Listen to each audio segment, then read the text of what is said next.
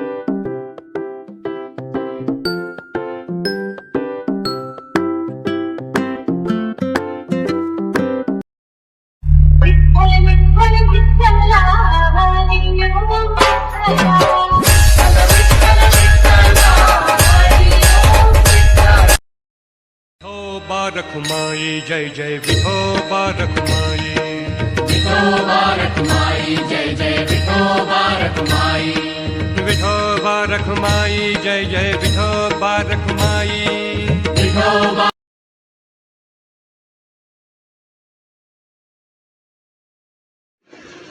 दोघींनी छान दर्शन घेतलं. सगळे जण त्यांच्याकडे बघत होत्या. रुक्मिणी छान दिसत होत्या दोघीही. आणि मग त्यांनी दर्शन घेतलं डोकं ठेवून. पण त्यांना प्रसादाची घाई झाली होती खूप. मग प्रसाद घेतला आणि मग निघाल्या आपल्या घरी. तिचा प्रसाद थोडा सांडला ना. मम्मा म्हणली सांडवू नको. मग नंतर तिने उचलला तो प्रसाद खाली सांडवावा नाही ना म्हणून. मग ही श्रीषाने प्रसाद घेतला आणि मग दोघीही घरी निघाल्या.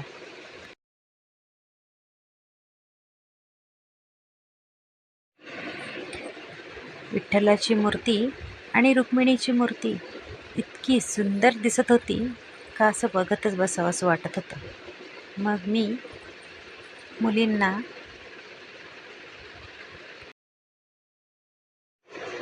कपाळाला टिळा लावून निघाल्या. तिघींना लावला होता, मुलांना लावला, मुलींना प्रसाद म्हणून. आणि मग दोघीही निघाल्या घरी. आराध्या आली होती बरोबर. राज युवराज सोबत होते. आणि मग त्यांची प्रसाद खाण्याची घाई. प्रसाद खाऊन झाला आणि मग घरी निघाल्या.